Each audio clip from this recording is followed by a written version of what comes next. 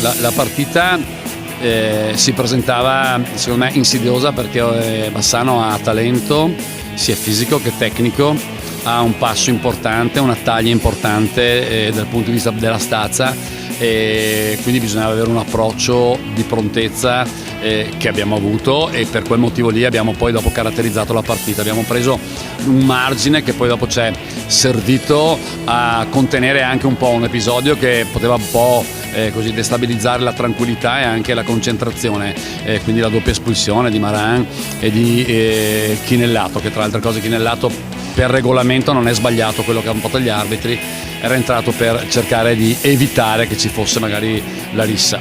Comunque detto questo poteva portare via quella concentrazione che poteva dare spazio alla partita su una situazione un pochino più caotica, dove magari la brillantezza dei giocatori di Bassano potevano trovare terreno fertile per cercare di essere pericolosi.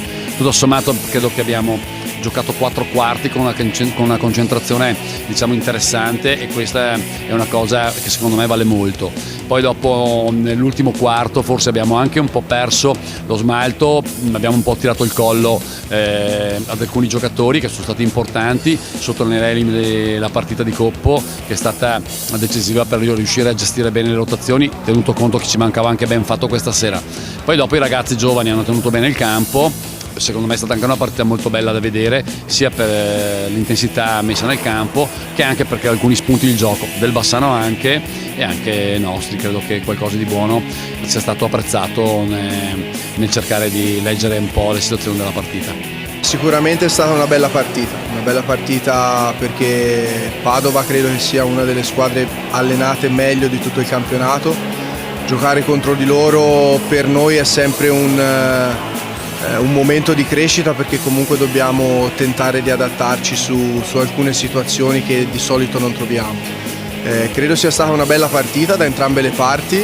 Noi abbiamo provato a portarla più dalla nostra sponda, nel senso di provare a forzare dei cambi, a correre, a giocare un po' il nostro basket. Dall'altra parte Padova ha provato a controbattere, quindi credo che sia stata sicuramente da allenare una bellissima partita, spero anche da vedere.